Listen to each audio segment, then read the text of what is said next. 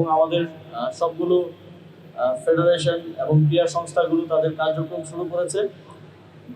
গতকালকেও আমরা সুইমিং ফেডারেশনের একটা ট্যালেন্ট হান্ট প্রতিযোগিতায় অংশগ্রহণ করলাম। আজকে কারাতে ফেডারেশন ক্রীড়া ক্ষেত্র আবার পুনরুজ্জীবিত হচ্ছে, এটা দেখে স্বস্তি আসে।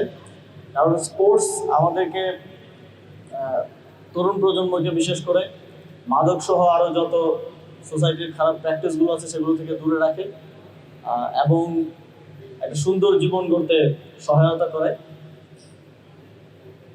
তবে একটা তৃতীয় বিশ্বের উন্নয়নশীল দেশ হিসেবে আমাদের মৌলিক চাহিদা থেকে শুরু করে অনেক প্রায়োরিটিস থাকার কারণে সরকার স্পোর্টস সেক্টরে যথেষ্ট পরিমাণ বাজেট কিংবা সহায়তা দিতে পারে না।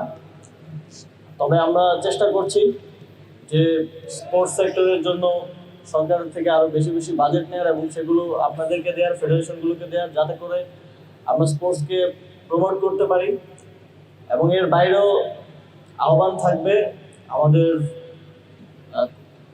কর্পোরেশনস, বিজনেসম্যান যারা আছেন, আপনারা স্পোর্টসে ইনভেস্ট করুন, স্পোর্টসকে প্রমোট করুন।